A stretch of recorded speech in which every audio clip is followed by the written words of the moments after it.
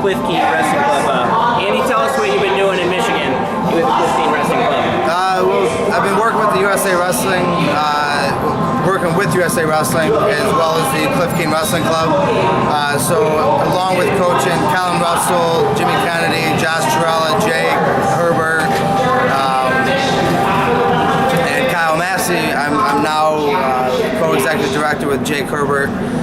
So we're working with USA Wrestling at the state level, and so we're working with first-year wrestlers all the way up through the high school kids, and then some of the college kids in the summertime, and then the senior level. So I get to work with all age groups, and I love it because I believe training is supposed to be linear, and you have progressions, and so now I'm able to work with the youngest and teach them how to be World Olympic champions. You're one of the most experienced coaches out there. You've been to Russia. You've been on the scene a long time. What do you think about our transition from saving the Olympics to now this new era of younger wrestlers doing freestyle and making the sport more exciting? Does the weight changes have anything to do with that? Tell us a little bit about your thoughts on the future. Well, I mean, one, we saved the sport. USA Wrestling and a bunch of other organizations pulled together, and we were able to get the International Olympic Committee to reverse their decision, and now we're in. But in order to stay in, what do we as a sport have to do? Obviously the only thing we can do is show tangible numbers that, hey, look, this is how many fans we have. This is what our attendance is. And so moving forward, since the sport's already back in the Olympics for the next, 2 Olympics, now we have that many world championships and that many Olympics, from now until then, to prove that we're able to get the attendance numbers up. So now we have to have numbers. So FILA has to get together and tell the wrestling community, tell USA Wrestling, tell the media, this is how many people we're going to look to get for this year's World Championship, for next year's World Championship. We're already selling ourselves short, in the U.S. We've shown that at our Olympic trials in Iowa City, we've shown we could get 16,000 people.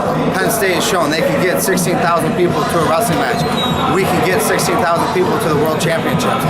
Why are we not putting it in a bigger venue? Why are we not splitting it up so we can have multiple events where we're getting that many people? Because there's certain places in the world that can get 16,000 people a year for Greco, but those places aren't going to sell tickets for freestyle.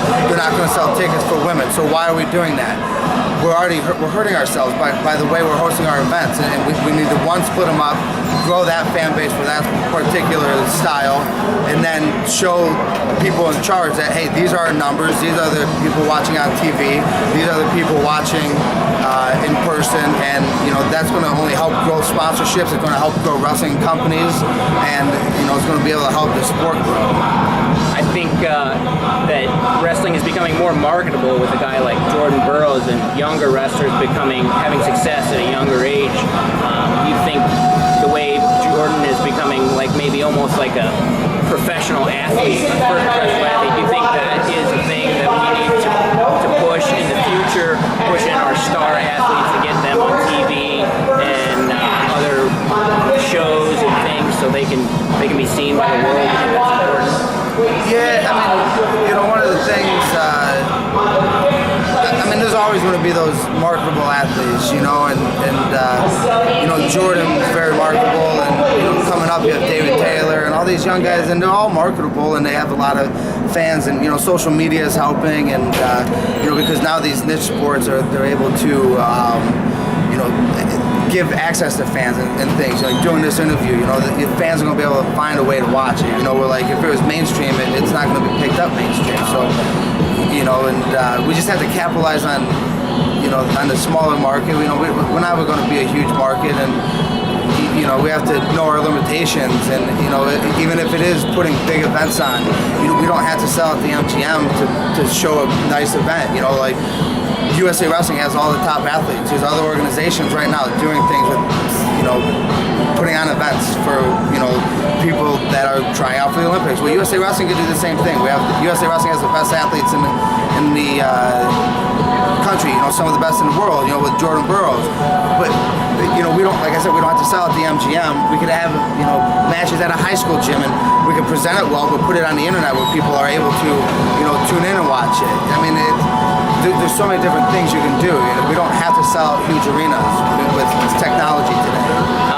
Last question. This is great stuff. What do you think we need to do to get that gold medal as a team, get the world championship title? We've made some great strides in the past 5 years even. What do you think we need to do to get that championship? Well, one, I just read a great article from Doc Bennett.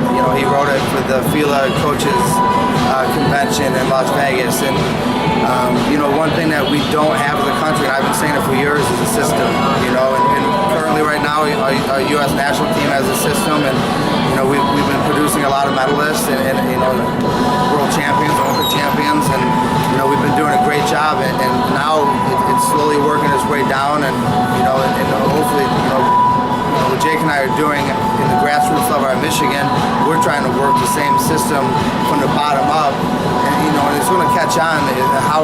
Wrestling's not a hard sport. Wrestling's a very simple sport. Wrestling, the number one move in the Olympics is a single leg takedown. Yeah. We know these moves. Why are we not winning more? We have more wrestlers than anybody in the world. Why are we not winning more? Because in order to be successful, you have to have a system. And if you ask anybody what the American system is, they would say go hard.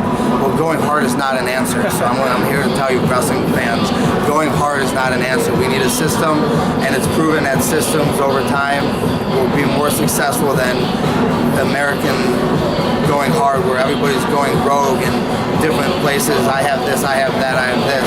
So there has to be a set thing for our country, and that way people are able to measure themselves, and we're able to measure coaches. And to me, that's one of the biggest downfalls in all areas of wrestling in high school. Well, not high school, because those guys are mostly out there, but colleges. I don't think we have enough coaches out there. And how do you judge a coach on wins and losses? But we have so many excuses that we start throwing at it. These people are, they're this or they're that. Well, you should be able to judge yourself, and we should be able to make more than one Jordan Burroughs every blue moon. If like a coach in high school or a younger coach wanted to know about your system, how could they get in contact with you or know more about it? Well, they can just get a hold of Jake or I. You can email any of us, Jake at doublelegninja.com or Andy at doublelegninja.com. And we're easy to get a hold of. So cool. And I asked Jake this last question: who can do more push-ups? Yeah, he said more pull-ups. So. More pull-ups. Yeah. He could do more pull-ups, but he climbs a rope like a little girl. And if he wants to win the world championships, I told him he's got to start doing more rope climbs. So he's got to do it my way. I'm the coach. So hear that, Jake. All right, Andy Hrovat, head coach of USA and Cliff Keen Wrestling Club. Thanks a lot. We look forward to seeing you in the next 3 years into 2016. Awesome. Thank you.